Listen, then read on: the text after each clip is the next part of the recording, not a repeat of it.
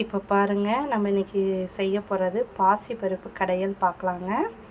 நம்மளுக்கு தேவையான அளவு நான் 1 கப் அளவு பாசிப்பருப்பு எடுத்து கழுவி எடுத்துருக்கேங்க. இது கூடயே பார்த்திங்கன்னா நான் 2 டம்ளர் அளவுக்கு தண்ணி சேர்க்குறேங்க. இந்த பாசிப்பருப்பு பார்த்திங்கன்னா ஒரு 5 நிமிஷம் இல்லை ஒரு 10 நிமிஷம் நல்லா ஊறட்டுங்க. இப்போ பாருங்கள், 2 தக்காளி சேர்த்துக்கலாங்க. பாசிப்பருப்பு ஊறிடுச்சு. 2 பச்சை மிளகா சேர்த்துக்கலாங்க.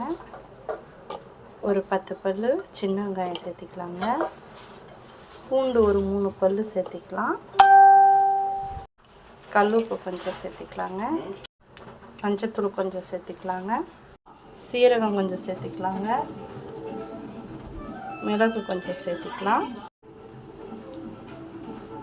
பெருங்காயத்தூள் கொஞ்சம் சேர்த்திக்கோங்க. இப்போ இதை பார்த்திங்கன்னா ஒரு 3 விசில் விட்டுக்கலாங்க. இப்போ பாருங்கள், நம்ம பருப்பு 3 விசில் விட்டுருக்கோம். நல்லா குடஞ்சி வந்துருச்சுங்க. இதை நம்ம மத்தில் 2 கடை கடைஞ்சிக்கலாம். இப்போ பாருங்கள், ஒரு வானலில் நம்ம தேவையான அளவு எண்ணெய் ஊற்றிக்கலாங்க. அதுக்கப்புறம் பார்த்திங்கன்னா கடுகு கொஞ்சம் போட்டுக்கலாம். இப்போ பாருங்கள், கடுகு நல்லா பொரிஞ்ச உடனே தாங்க சீரகம் சேர்த்தணும். கடுகு நல்லா பொரிஞ்சிருச்சுங்க. இந்த டைம் கொஞ்சோண்டு சீரகம் சேர்த்துக்கலாம். இது கூட பார்த்திங்கன்னா தட்டி வச்சுருக்க பூண்டு ஒரு 5-6 பல் சேர்த்துக்குங்க. இது கூட பார்த்திங்கன்னா கருவேப்பிலை கொஞ்சம் சேர்த்துக்கிட்டோங்க. இப்போ இதை நல்லா மிக்ஸ் பண்ணிவிடுங்க. மிக்ஸ் பண்ணி வச்சுட்டு இப்போ நம்ம கரைஞ்சி வச்சுருக்க பாசிப்பருப்பு எடுத்து இதில் ஊற்றிடலாங்க.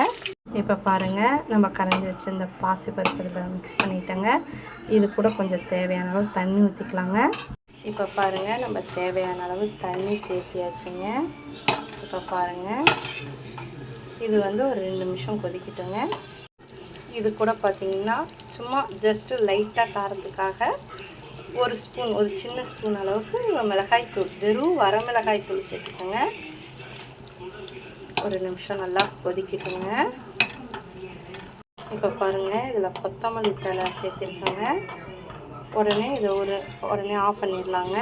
ஆஃப் பண்ணிவிட்டு இதை பார்த்திங்கன்னா எதுக்கு யூஸ் பண்ணலான்னா, நீங்கள் சப்பாத்தி, இட்லி, தோசை, பூரி, ரைஸு எல்லாத்துக்கூடையும் சேர்த்து சாப்பிட்லாங்க. இதை பார்த்திங்கன்னா தாலுன்னு சொல்லுவாங்க. நார்த்து சைடெல்லாம் மோஸ்ட்லி இதை அதிகமாக யூஸ் பண்ணுவாங்க. நீங்கள் ஒரு டைம் ட்ரை பண்ணி பாருங்கள், கண்டிப்பாக உங்களுக்கு பிடிக்கும். இப்போ இன்றைக்கி பார்த்திங்கன்னா இன்றைக்கி மதிய லஞ்சுக்காக நான் இந்த இது செஞ்சுருக்கேங்க. பார்க்கலாம் வாங்க. பாருங்கள், நம்ம சுட சுட சாதம், நம்ம செஞ்சுருக்க தால் கொஞ்சம் ஊற்றிங்க. இது கூடயே பாருங்கள், நம்ம வீட்லேயே காய்ச்சின நெய் கொஞ்சம் ஊற்றிக்கலாங்க. தொட்டுக்க பார்த்திங்கன்னா முட்டை ஒன்று வச்சுருக்கேங்க. நீங்களும் இந்த மாதிரி ட்ரை பண்ணி பாருங்கள், கண்டிப்பாக சூப்பராக இருக்கும். கமெண்ட் பண்ணுங்கள், சப்ஸ்கிரைப் பண்ணுங்கள். தேங்க்யூ.